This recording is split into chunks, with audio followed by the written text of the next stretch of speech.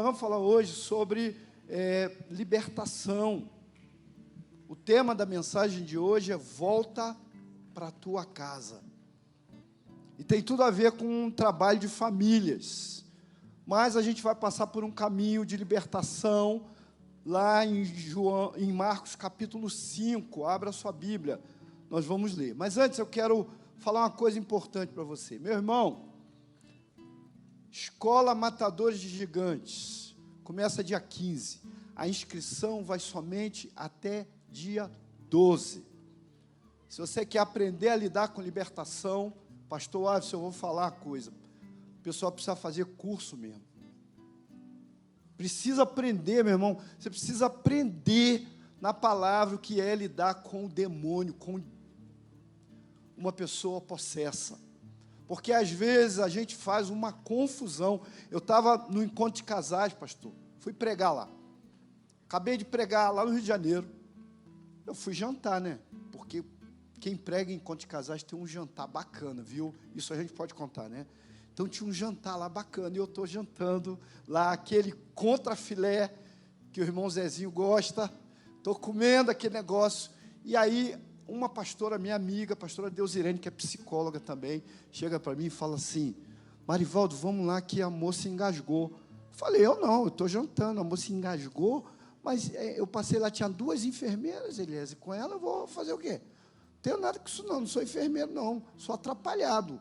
Ela falou assim, ô, seu Zé, ela engasgou com vento. Eu falei, não, então, vamos lá. Engasgou com vento, isso não existe. E fui para lá, junto com essa pastora.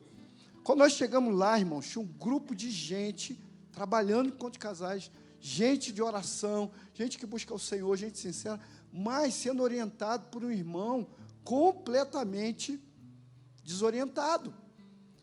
Pastor Alisson, a orientação dele era, quando eu cheguei na hora que ele estava falando, vamos todos ajoelhar e cantar um hino. Eu falei, irmão, ninguém aqui vai ajoelhar e ninguém vai cantar um hino, porque o demônio quer isso, você cante para ele. Você não canta hino para demônio, você não ajoelha para demônio. Quem expulsa Satanás é Jesus, a presença dele, o poder dele, o nome dele. Não há nada de poderoso em mim, no pastor Aço, na pastora Meg, no pastor Luiz Vai. Não há nada de poderoso em você que expulse o diabo. Quem expulsa o diabo é o nome de Jesus. Ele disse, em meu nome, ele deu uma credencial, expulsarão demônios. Mas, pastor, isso tem uma pior para te contar. Há muitos anos atrás, conversei com uma jovem, e ela disse assim, eu queria que você me dissesse o que aconteceu, que eu e os jovens lá da igreja fomos expulsar demônio do moço. O moço tinha AIDS, estava completamente endemoniado.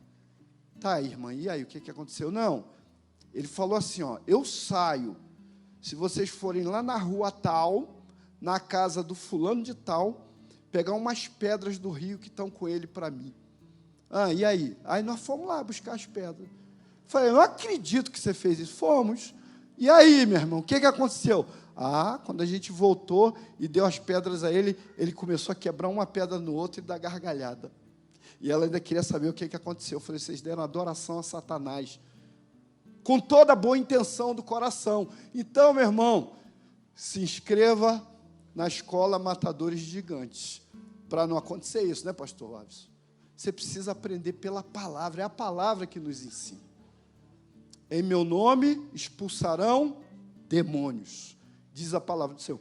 Vamos ler a Bíblia, mesmo assentado, o texto é grande, mas eu aprendi com um pregador que mesmo que o texto seja um pouco grande, leia, porque pelo menos se o sermão for ruim, você leu a Bíblia. Então, abra sua Bíblia em Marcos capítulo 5, de 1 a 20, diz assim, e assim atravessaram o mar e foram para a região dos Gerazenos.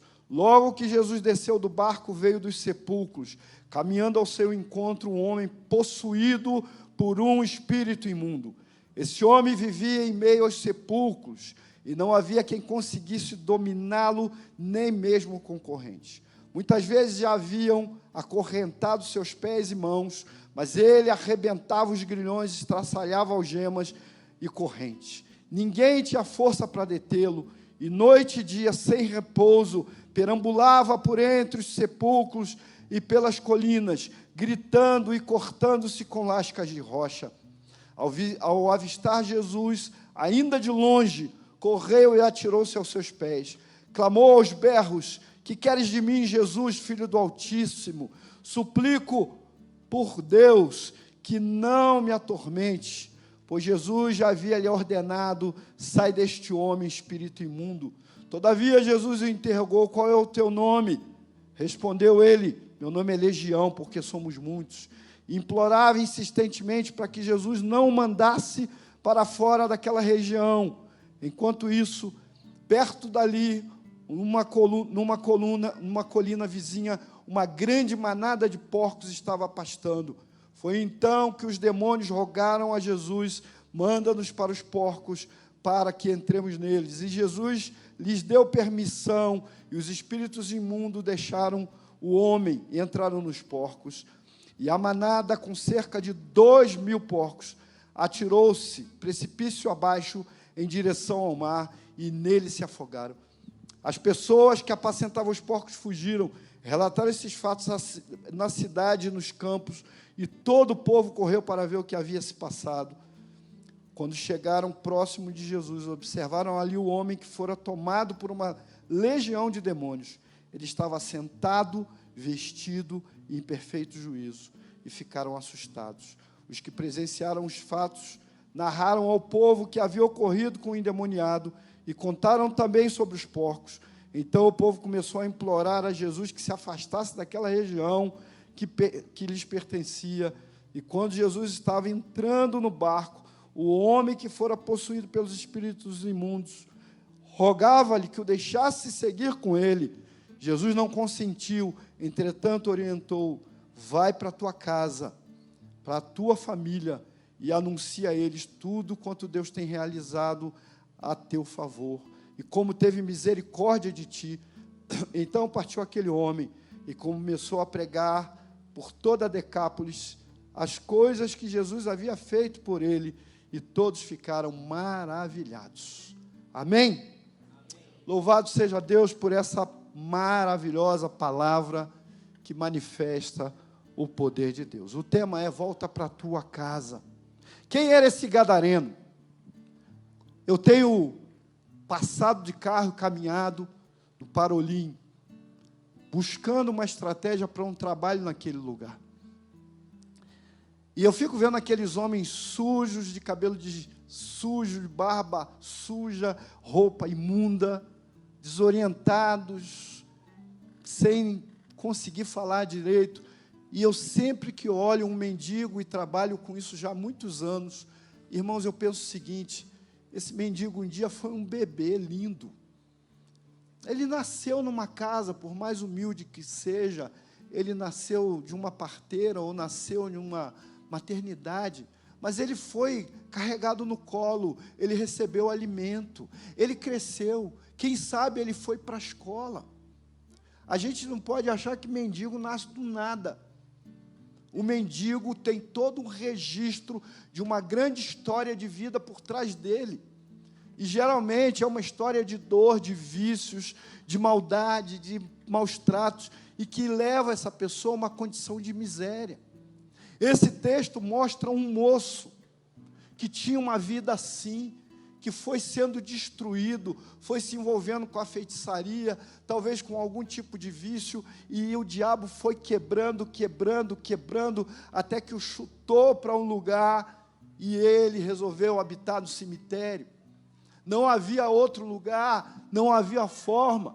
O texto diz, lá em Mateus, capítulo 9, versículo 28, quando ele chegou ao outro lado, a província dos Gadarenos, foram ao seu encontro 2 endemoniados, saindo dentre os sepulcros. Eram tão agressivos que ninguém podia passar por aquele caminho. Então, Mateus dá conta que eram 2, mas nesse nosso texto, vamos nos fixar em um. E a ação é o mesmo. Eles gritam: Senhor, por que vieste nos atormentar antes da hora? Em outros outras versões do Novo Testamento fala que eles pedem para que não sejam lançados no abismo. Eles tinham medo da condenação que é prevista aos demônios, mas que é para o fim dos tempos. Então Jesus não obedeceu eles, Jesus só cumpriu aquilo que está escrito, não é para agora. E permitiu que eles fossem para os porcos. Mas para você entender esse texto, meu irmão, você precisa perceber uma coisa: esse texto não começa no capítulo 5, essa história não começa no capítulo 5, essa história começa no capítulo 4. Jesus está com uma grande multidão, a multidão quer Jesus, quer ouvir o que ele fala, a ponto dele ter que ficar num barco, para se afastar, porque queriam tocar, segurar, sabe aquela coisa do ídolo, que todo mundo quer botar a mão, quer segurar. Jesus se afasta no barco e começa a ensinar as multidões. Perceba que ele ensina por parábolas, e uma das parábolas que ele conta é a parábola do semeador.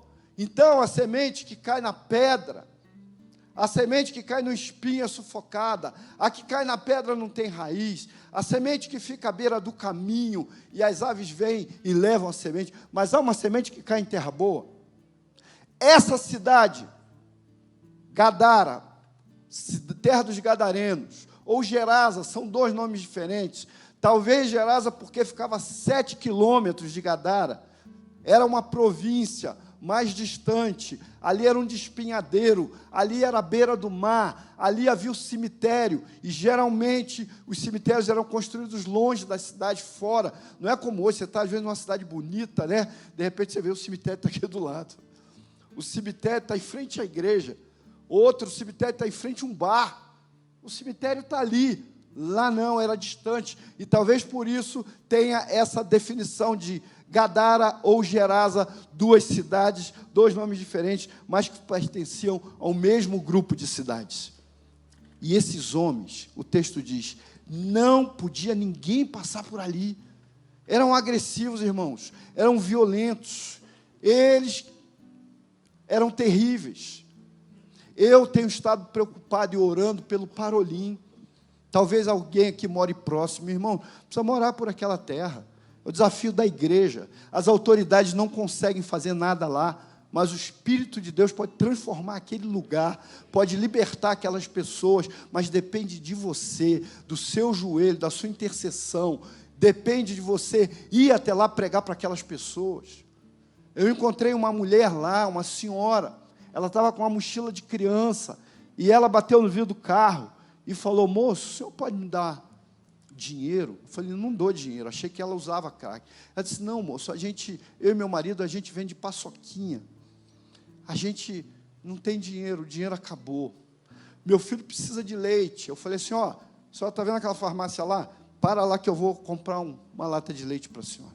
E eu comprei a lata de leite, e eu comecei a conversar com aquela mulher, e perguntar, a senhora mora há muito tempo aí? Sim. Falei, como é que está? Ela falou assim, piorou muito, muito. Ela disse para mim, pastor Alisson, dobrou o número de gente que usa crack. Curitiba vai começar a ser assaltada e experimentar violência, porque há pessoas a cada dia mais usando drogas nessa cidade. Isso é uma responsabilidade nossa. A Bíblia diz, orai pela cidade. Irmãos, nós precisamos pregar a palavra, o Espírito de Deus, a luz do Senhor chegou naquele lugar e aquele homem foi liberto. Pare e pense uma coisa, Jesus estava antes do lago, ele pregava para a multidão, quando ele diz, vamos para o outro lado, quando eles começam a atravessar aquele lago, vem uma grande tempestade. Muitos teólogos concordam que aquela tempestade já era uma ação do diabo, tentando impedir que Jesus chegasse àquele lugar. Jesus dá ordem à tempestade, e a tempestade para, e quando Jesus pisa naquele lugar, aquele homem acorrentado, preso, aquele homem que ninguém podia conter, aquele homem que andava nu, e isso é uma referência a crime sexual na Bíblia. Toda vez que a Bíblia fala que alguém desnudou, tem muitas vezes crime sexual. Talvez aquele homem fosse um estuprador, talvez aquele homem abusasse de mulheres, talvez aquele homem fizesse um monte de coisa, xingasse pessoas, tacasse pedra nas pessoas, ele mesmo se mutilava com pedras. Quando Jesus chega, a Bíblia diz que ele se dobra, se ajoelha diante de Jesus. Todo joelho se dobrará, toda língua, meu irmão, confessará que Jesus Cristo é o Senhor. O diabo nem sempre se manifesta assim. E eu sei que você vai aprender isso lá na escola do pastor Wallace. Nem sempre vira o olho, range os dentes, né, Meg? Baba, nem sempre. Muita gente bonita do seu trabalho pode estar sendo usada por Satanás. Pedro era muito melhor que eu e você, e o diabo usou ele, e Jesus disse, para trás de mim, Satanás. O diabo fala na mente das pessoas. Ontem a gente estava lá em Mandirituba, como eu falei, e eu pregando para aqueles internos lá, eu disse assim, jovens aqui, que essa manhã o diabo falou com você, e disse para você sair do lugar. Eu nem precisei pedir para levantar a mão, pastora Meg. Logo 2 levantaram a mão. E depois nós oramos por aqueles meninos. E ele fala, pastor, foi mesmo. Hoje de manhã ficou vindo ao meu pensamento, você tem que ir embora daqui. Vai embora. Sai daqui. Vai para a rua. A cocaína está te esperando lá fora. Meus irmãos, o inimigo é uma realidade.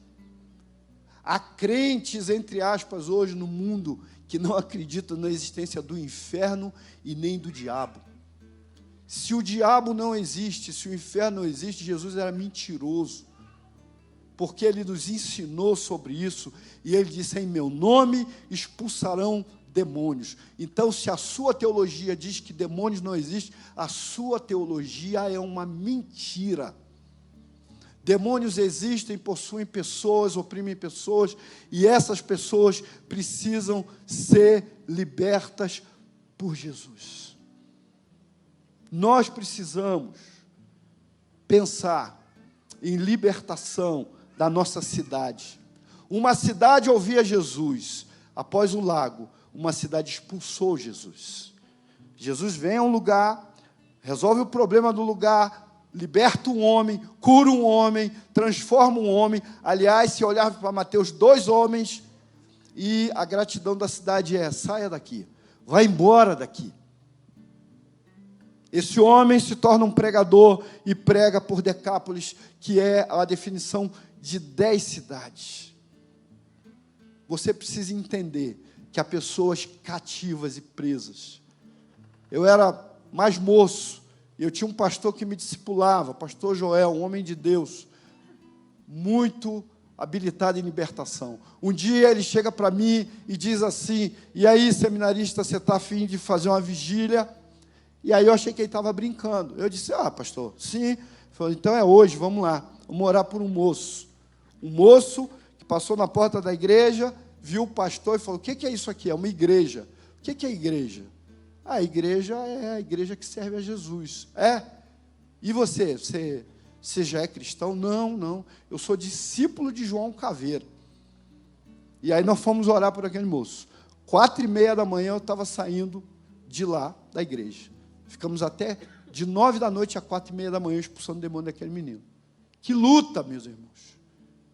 Que luta, que batalha, que guerra. Mas toda a família daquele homem entregou a vida a Jesus.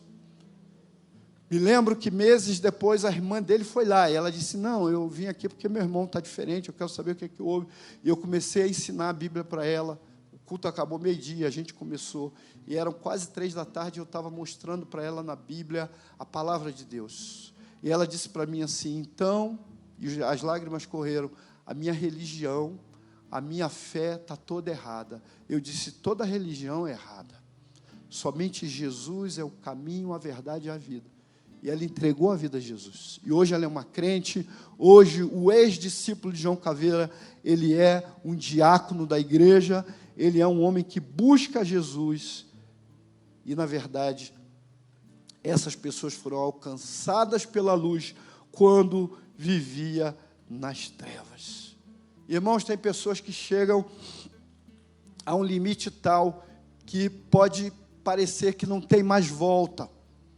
Eu era de uma igreja lá no Rio, lá em Xerém, lá na terra do Zeca Pagodinho. E um dia apareceu um moço lá. E o pessoal da igreja já falou, chegou ele aí. E ele ficava falando em línguas. Viu, pastor Alves? Ele falava em línguas. Ele ia para o banheiro, ficava falando em línguas. Falei assim, Marivaldo, vai lá, tu é seminarista, se vira lá com ele. Leva ele para casa, senão ele vai perturbar o culto.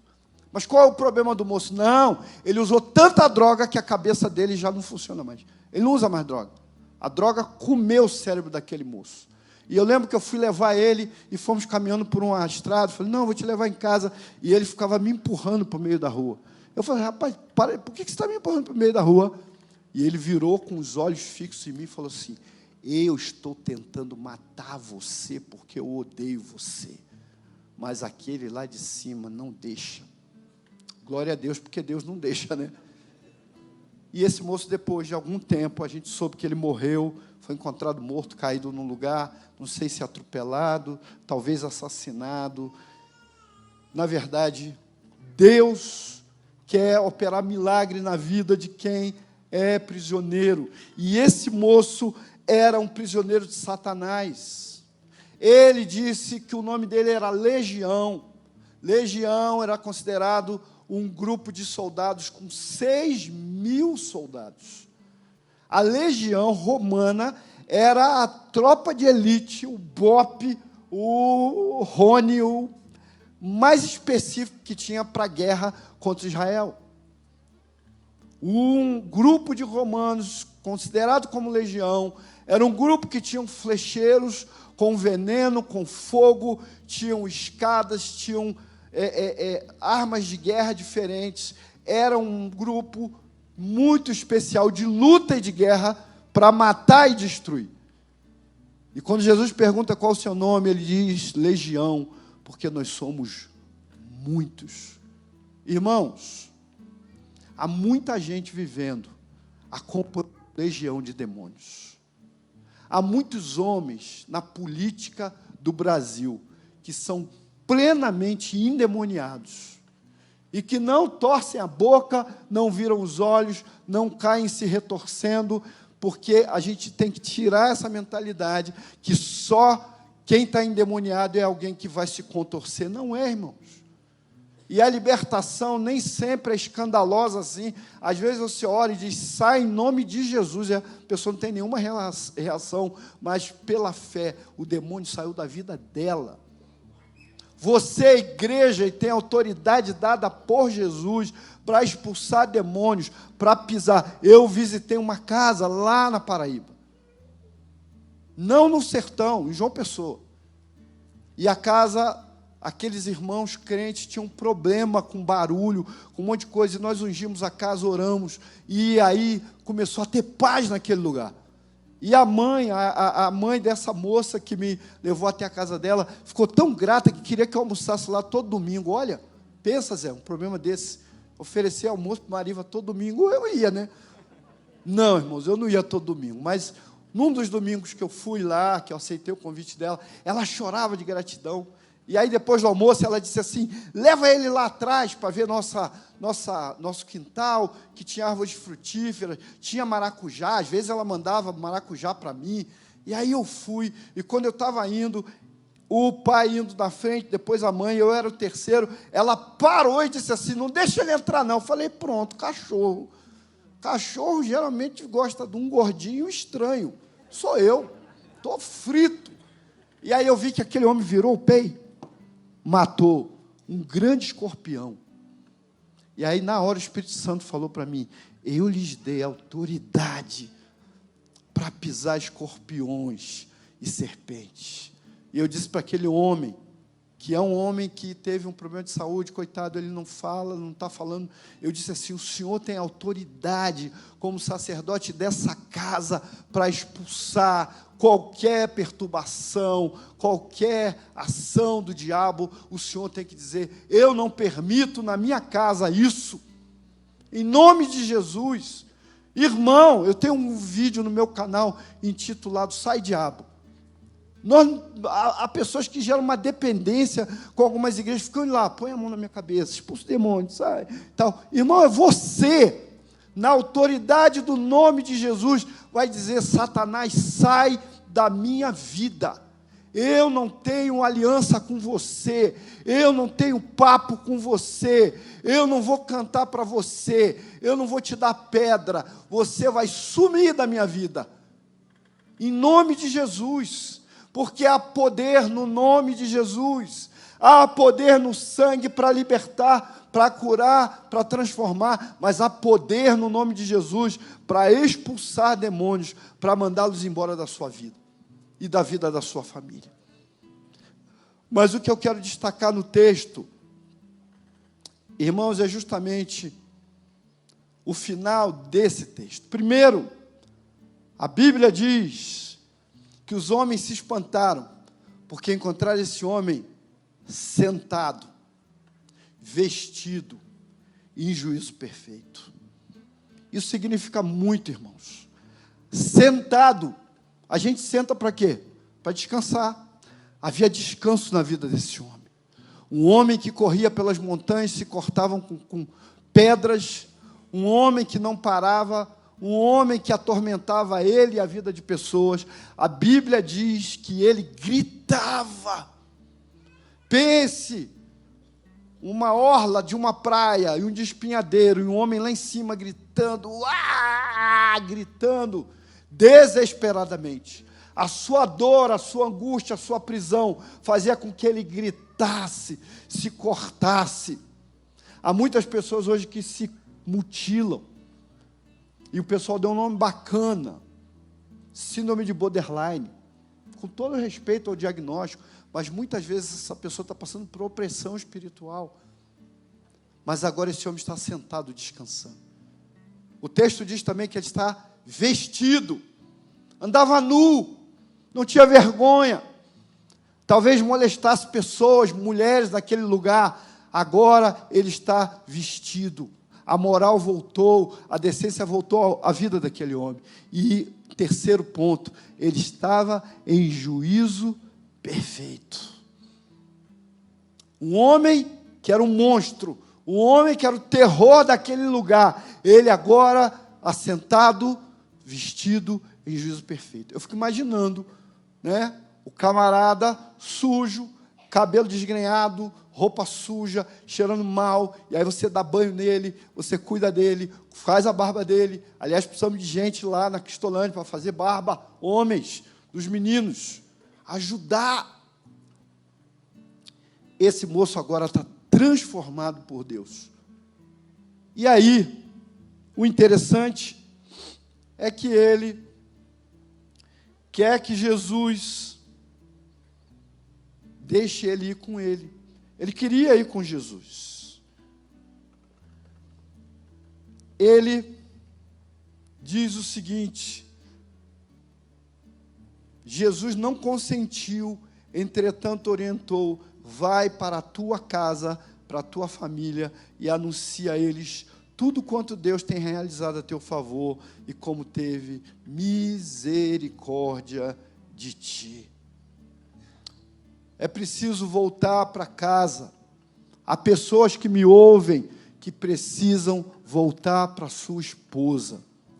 Você precisa voltar para os seus filhos. Você precisa voltar para a sua igreja.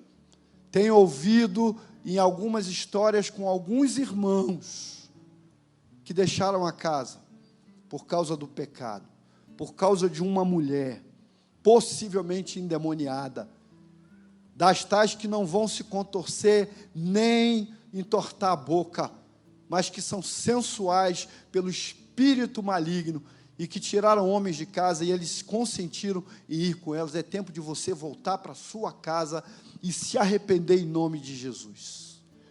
Homens que precisam voltar para os seus filhos, voltar para a sua igreja, precisam voltar.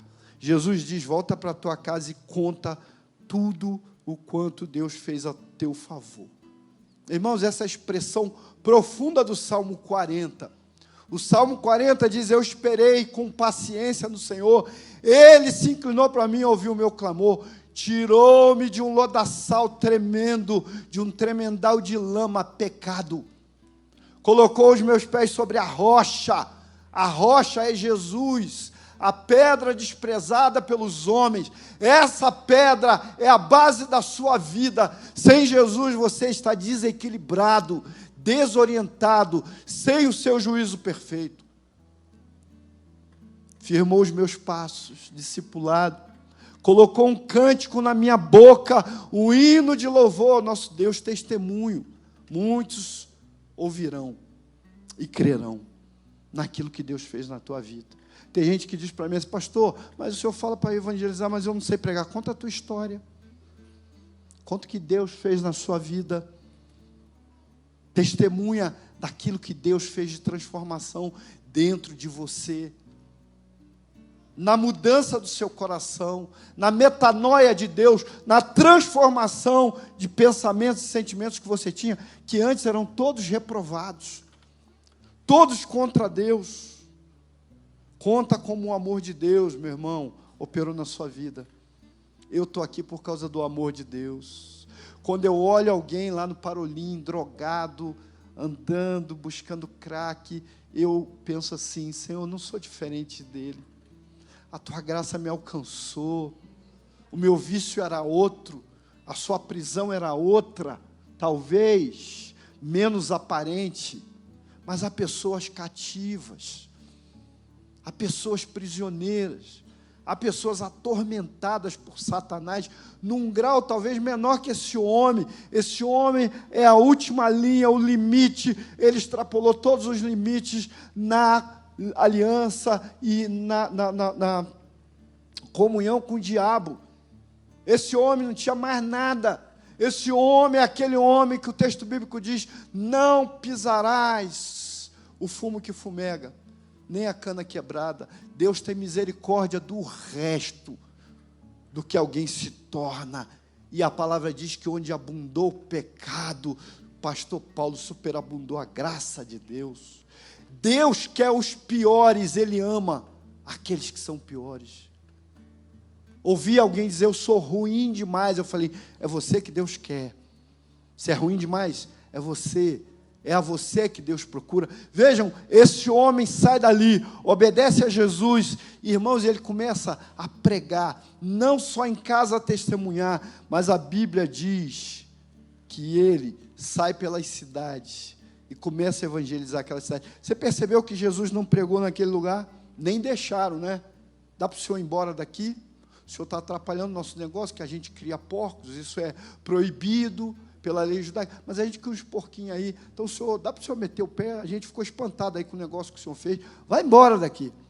Do outro lado do lago, Jesus pregou, contou parábola, o povo se reuniu, queria ouvi-lo. Nessa cidade diz assim, ó, show, vai embora. Não, como é que é o nome do negócio? Escola Matador de Gigantes? Aqui não, vai fazer em outro lugar. Vai lá para o lado do rio que o senhor estava, do lago que o senhor estava, que aqui não, a gente não quer Jesus aqui. Deus trata o coração de uma cidade do mesmo jeito que Ele trata o coração de um homem.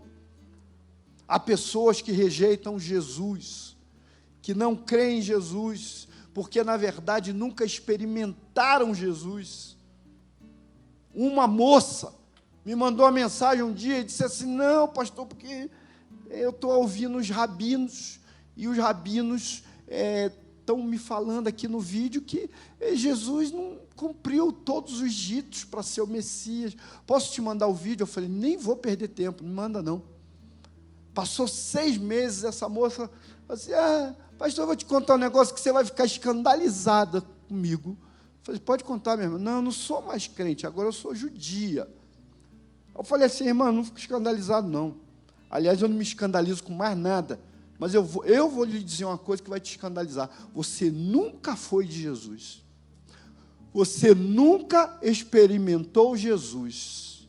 Porque eu duvido, qualquer um aqui do auditório ou online, que chupe uma laranja e não sabe dizer se ela é doce ou azeda. Quem experienciou Jesus nunca mais vai mudar de ideia. Agora, se você veio para a igreja religiosamente, como um clube social, você não experimentou Jesus. Um autor, Eduardo, escreveu o seguinte, você não é um carro porque nasce numa garagem. Você não é um crente porque é filho de crente e nasceu na igreja. É preciso que você tenha uma experiência com Jesus. Jesus precisa entrar na sua vida. Você nem precisa vir aqui à frente e dar sua profissão de fé ou aceitar Jesus, como a gente diz, eu nem gosto dessa palavra, quem aceita você é Jesus, você não aceita nada, você se rende a Ele. você se dobra diante dele, você glorifica ele, você reconhece que ele é Deus. Um moço cheio de demônios, tinha 6.000 ou pelo menos 2.000 demônios, o número de porcos, ele se dobra e diz: Deus Altíssimo, Jesus, Filho do Altíssimo. Esse moço reconhece que Jesus é o Senhor, que Ele é Deus, e ele obedece às palavras de Jesus.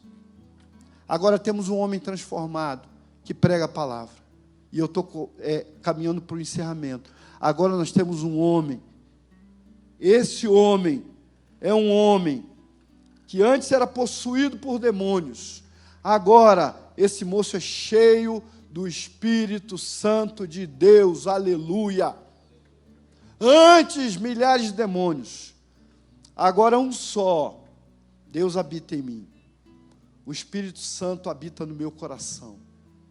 As palavras que agora eu falo são as palavras do Senhor, porque Ele fez o seu altar aqui dentro do coração. Nunca mais vou andar nu, nunca mais vou atirar pedras em pessoas, nunca mais eu vou xingar palavrões na rua, nunca mais eu vou perder o juízo. Agora eu posso descansar na presença daquele que me amou e que se deu por mim. Esse moço compreendeu isso. Irmãos, eu fico imaginando essa cena, um povo que chega e se espanta. Ué, não era esse daí o gadareno que a gente acorrentava e ele quebrava? Não era esse aí que morava no cemitério? Ué, o que houve com ele? Ele está ali, ó, banho tomado, fez a barba, olha, cabelo cortado. Puxa vida, alguém até conseguiu cortar o cabelo dele, está com a roupa bacana, ó, tênis novo. O que houve com esse camarada? Jesus entrou naquela vida onde havia trevas, e naquela vida raiou a luz de Deus. Você pode aplaudir ao Senhor por isso. Ele é aquele que redime dos pecados. Ele é aquele que o Salmo 103 diz. Lembra que somos pó. Irmão, você não é nada. Você não é melhor do que o pessoal que perambula pelo Parolim. Apenas a graça de Deus já te alcançou. Uma vez fui ouvir um pastor americano lá no Rio de Janeiro, e ele, dando testemunho, ele disse assim: eu com o meu terno e o meu carrão, parei para pregar num hotel, e quando eu estava entrando, tinha um mendigo sujo, caído, bêbado, e eu olhei e eu falei comigo mesmo: graças a Deus não sou como ele. Quando eu entrei no elevador, o Espírito Santo me levou às lágrimas e disse assim: a única diferença sua para aquele homem é que a minha graça já alcançou a sua vida. Tem pregadores lá, tem missionários lá, pastor Paulo, tem pregadores, tem intercessores, tem levitas, que ainda não sabem que Deus quer transformar. A Cristolândia no Brasil tem feito um trabalho maravilhoso, meus irmãos. Orem por esse trabalho. São Paulo, Rio, Belo Horizonte, Curitiba. Deus tem usado um povo que transforma, um povo que ninguém quer nem perto de si. Lá no Rio de Janeiro, tem uma avenida lá, chamada Avenida Brasil, a gente chama de Avenida Ziquezira. De vez em quando dá um BO naquele negócio lá. E aí um cachorrinho, né? Pessoal progressista agora, tadinho, o cachorrinho foi para a pista. Chamaram o bombeiro, marinha, aeronáutica, pararam o trânsito para socorrer o cachorrinho. Coisa linda, eu me emociono com isso. Mas na semana seguinte, o governo, a polícia, foi lá dar uma incerta e acabar com a Cracolândia que estava se formando na Avenida Brasil. Os cracudos, como assim são chamados, que são seres humanos, saíram correndo pela pista. Ninguém veio parar o trânsito. Um deles foi atropelado e morreu. E aí o Frei Beto, que eu nem gosto muito, é o cara de esquerda, mas ele falou uma coisa muito séria. Ele disse assim: o governo brasileiro precisa aprender com a Igreja Batista a como lidar com pessoas na Cracolândia. Não é repressão, paulada, não vai adiantar. Você vai espalhar e eles vão para outros lugares. Isso está acontecendo aqui em Curitiba. Conversei com alguém ontem ligado à Secretaria de Segurança e me falou isso. Olha o centro da nossa cidade como é que está. A gente vai pegar e botar no carro e levar para longe, como alguém já pode ter feito? De jeito nenhum.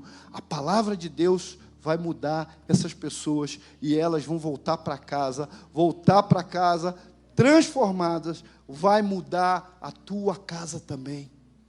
Em nome de Jesus, você que está me ouvindo, bem certo que você não tem tantos demônios na sua vida, mas talvez desorientado, talvez pela carne, talvez por decisões erradas, você está longe da sua casa, e hoje de manhã eu quero te dizer, volta para a tua casa, em nome de Jesus, volta para a tua casa. Fui pregar um dia, numa igreja, e falei várias vezes isso, volta para a tua casa, você precisa voltar para casa, Deus mandou você voltar para casa. Quando eu acabei, estava saindo daquela igreja, e aí um irmão falou assim, pastor, vem aqui, abriu a porta do táxi, e eu estava a pé aquele dia, falei, ué, você vai me levar? A igreja que mandou, ele falou, não, eu quero levar o senhor em casa, onde o senhor, eu vou levar o senhor para jantar, e eu vou levar o senhor para casa. Falei, mas por quê? Ele falou assim, então vem aqui. Ele me levou atrás, abriu a mala do carro, irmão, estava cheio de mala. Eu falei, o que são essas malas? Ele falou assim, eu decidi sair de casa hoje, eu não aguento mais a minha mulher, a minha sogra, o meu cachorro, os meus filhos, não aguento mais ninguém. E eu disse, eu vou sair de casa, mas como eu sou crente, eu falei assim, Deus, se não é para eu sair de casa, eu vou para a igreja antes, e o Senhor vai ter que usar alguém para dizer para mim, não saia de casa, volte para a sua casa, e o Senhor veio aqui fazer isso, então eu vou levar o Senhor para casa. Aí eu fui abençoado, né? Jantei, fui para cá de táxi, um carrão, uma bênção, porque aquele moço entendeu que Deus não quer você fora de casa. Talvez você esteja dentro da sua casa, mas está fora de casa. Talvez o seu coração está lá fora. Talvez o seu coração esteja na sua amante. Talvez o seu coração esteja no seu trabalho, que é a única coisa que você pensa. Talvez o seu coração esteja no ressentimento, na mágoa. Hoje é dia de você voltar para casa, em nome de Jesus. Em nome de Jesus. Volte para casa. Volta hoje. Volta mudado. Volta transformado. Volta liberto. Volta curado. Volta com o Espírito de Deus dentro de você. É Ele que te redime de culpa e pecado. É Ele que transforma a sua vida. Não há desesperança quando cremos em Jesus. Pode ser o último estágio da vida de um homem. Se Jesus está lá, a vida ainda. Aquele homem estava morto espiritualmente, mas fisicamente ele ainda estava vivo. E ele recebe agora a libertação de Jesus. Deixa eu ir contigo. Não. Volta para a tua casa, volta para os seus e conta tudo aquilo que Deus fez. Que Deus fez na sua vida, meu irmão. Volta para a tua casa, em nome de Jesus. Busca o Senhor. Deixa o Espírito Santo moldar a tua existência. Alguém que vai parar no crack, alguém que vai parar numa boca de fumo, alguém que vai parar na sarjeta, alguém que vai parar num bar caído na beira do bar, é porque o Espírito Santo ainda não habita o seu coração. Quando o Espírito Santo habitar a sua vida, Ele fará, como diz a Bíblia, um novo e excelente caminho. Enquanto cantamos, você que acha que tem que voltar para casa, eu não estou dizendo que você está endemoniado, não. Glória a Deus que você não está, senão você não estava aqui. Vem aqui à frente, eu quero orar por você. Em nome de Jesus, faça isso. Levante o seu lugar, sem medo. Você vai estar dizendo para Deus, Senhor, eu estou voltando para casa. Por algum motivo, eu preciso voltar para casa. E eu preciso testemunhar à minha família aquilo que o Senhor fez na minha vida. Se você crê nessa palavra, faça isso agora, em nome de Jesus. Aleluia. O Espírito de Deus está aqui essa manhã. e Ele quer habitar o seu coração. Também você que assiste online, talvez você esteja preso a algum vício, a algo que você não consegue dominar, mas que você sente que já te dominou. O Espírito de Deus, a liberdade. No Espírito de Deus, a luz. No Espírito de Deus, a calmaria. Como um homem que dominou a tempestade do mar teria medo da tempestade do coração de um homem. Ele é Deus. Ele transforma a natureza, mas também transforma a sua vida. Ele diz aos mares que se calem, eles se calam. Mas Ele diz aos demônios que parem de atormentar a nossa vida. E eles têm que parar, porque Ele é Jesus. Nós não precisamos fazer nada com relação aos demônios, exceto crer que o nome de Jesus é poderoso para libertar minha vida, minha casa, meu bairro, minha cidade. Eu creio que o Senhor Jesus vai libertar o Parolim. Eu tenho passado lá e eu tenho olhado para cada vida daquela apontada e dito: Senhor Jesus, liberta. Lembro do Arley Mafra, quem já ouviu o testemunho dele, 6 anos como mendigo sujo na rua, usuário de todo tipo de droga. Um dia, um carro para, o vidro abre e a filha dele diz: papai, volta para casa. É tempo de voltar para casa, meu irmão, e contar para os seus aquilo que Jesus fez.